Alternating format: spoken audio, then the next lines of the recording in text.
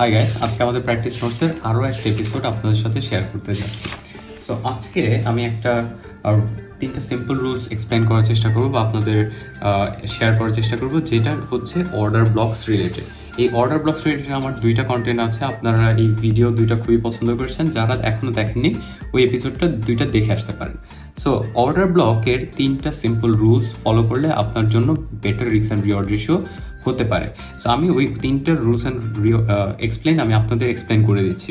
So প্রথমত হচ্ছে আমার হচ্ছে বিওএস এর মানেটা আমি বলে দিই। বিওএস এর মানে হচ্ছে break of structure. Okay, so আমরা এখন একটু খেয়াল করবো যে প্রাইস কিন্তু এখানে রেঞ্জিং করছিল, মানে প্রাইস এখানে সাইডওয়েজ ছিল, অথবা আপনি কনসলিডেশন বলতে পারেন।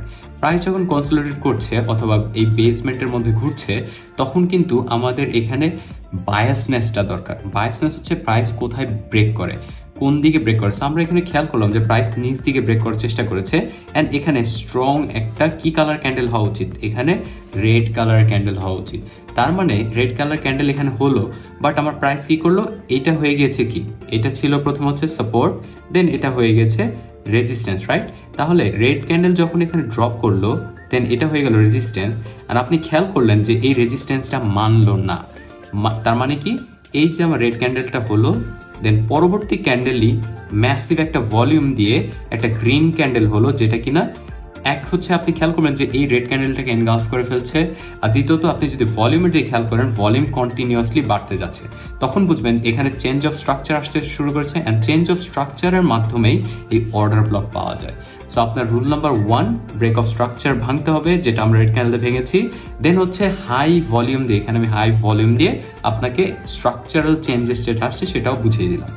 আরেকটা রুল হচ্ছে, সেটা হচ্ছে খুবই সিম্পল একটা রুল, এটা মিটিগেটেড হওয়া যাবে না।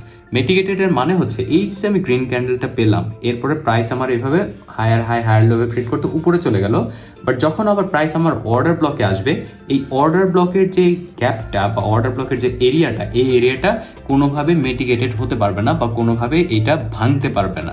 এই স্ট্রাকচারাল যে এরিয়াটা, এটা কখনোই ভাঙবে না।